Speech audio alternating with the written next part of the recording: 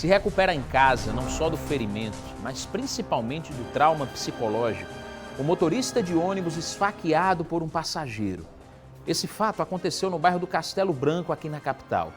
Gláucia Araújo conversou com esse motorista com exclusividade e conversa agora com a gente. Não é isso, Gláucia?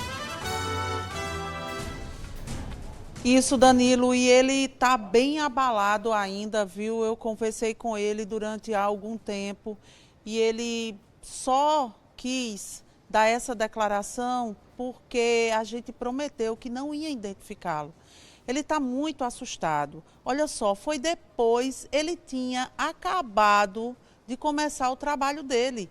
Ele tinha feito a primeira viagem. Nessa segunda viagem, foi que esse homem entrou ali no ônibus, perto ali da UFPB. Sabe ali, né, que tem a rotatória da UFPB, aí você vai descendo a Pedro II.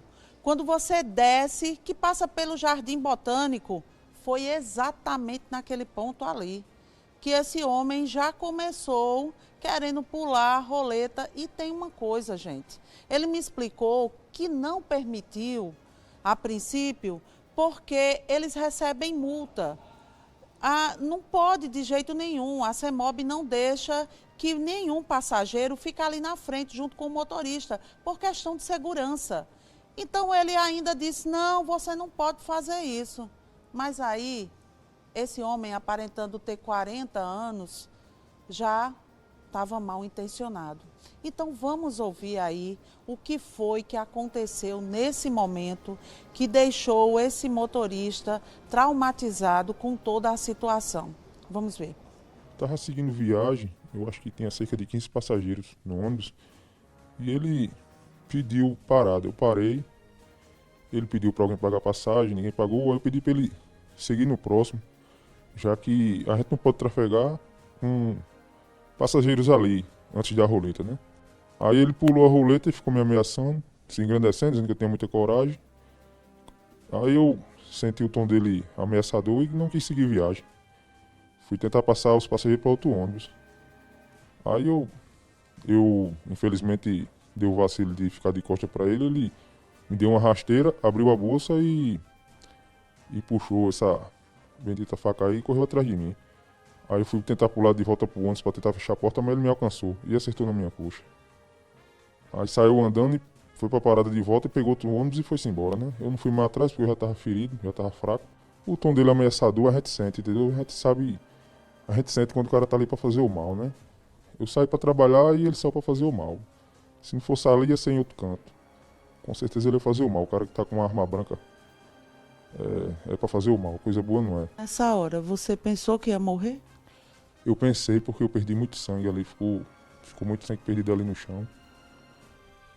Eu sentei, tremei um pouquinho, né? Mas faltou um pouco para pegar na via femoral. Mas Deus é bom, graças a Deus tô aqui. Você já está há quanto tempo dirigindo o ônibus? Eu trabalho na empresa desde 2011. Né? Trabalho desde 2011 nessa empresa. Foi a primeira vez que aconteceu isso? Foi a primeira vez que aconteceu isso.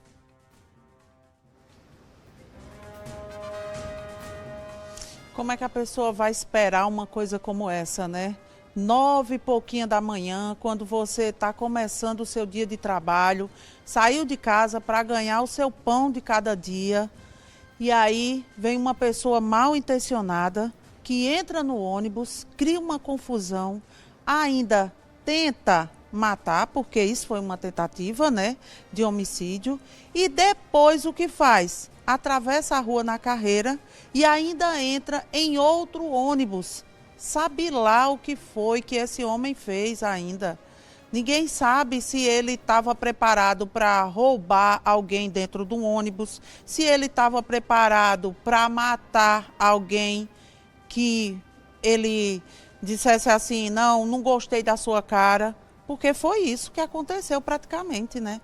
A polícia agora está à procura desse homem, que aparenta ter 40 anos, mas não sabe, porque o motorista não conseguiu, na hora do desespero, não consegue dizer qual a fisionomia dele, não sabe descrever como é que ele estava, se tinha barba, se tinha bigode, ele não sabe, porque ele disse que ficou desesperado, sem saber o que fazer naquela hora, porque ele fala que tentou entrar no ônibus, voltar para o ônibus, mas quando voltou, foi nessa hora que ficou de costas para ele, ele aproveitou e deu esse golpe aí. Também ninguém sabe se foi peixeira, se foi uma faca de serra.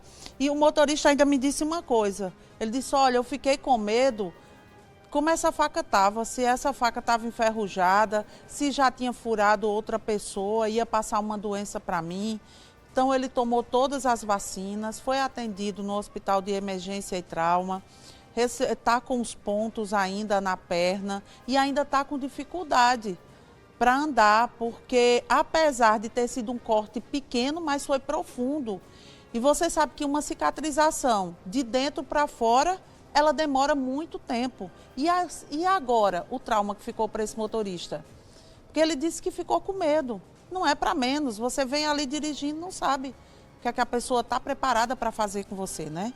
Então a gente também tem uma resposta do Sintu que diz que está acompanhando o caso desde ontem, né? Que está prestando também todo o apoio para esse motorista e ele confirmou isso e diz também que repudia todo tipo de violência contra os colaboradores.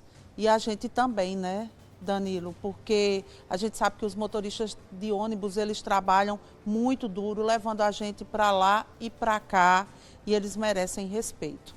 Eu volto com você, Danilo. Obrigado, viu, Glaucia? Nosso respeito, nossa admiração, principalmente porque o motorista, além de se preocupar com o trânsito, além de estar se preocupando com a saúde dele e dos passageiros, que ele está carregando vidas aqui dentro da capital, ou qualquer que seja a cidade, no transporte coletivo, ele tem que se preocupar com o troco, com o passageiro que está passando sem pagar a passagem ou não, enfim, ele deve estar atento a tanta coisa e, acima de tudo, há também o cuidado com a própria vida, e não é por conta do trânsito, mas por conta da violência.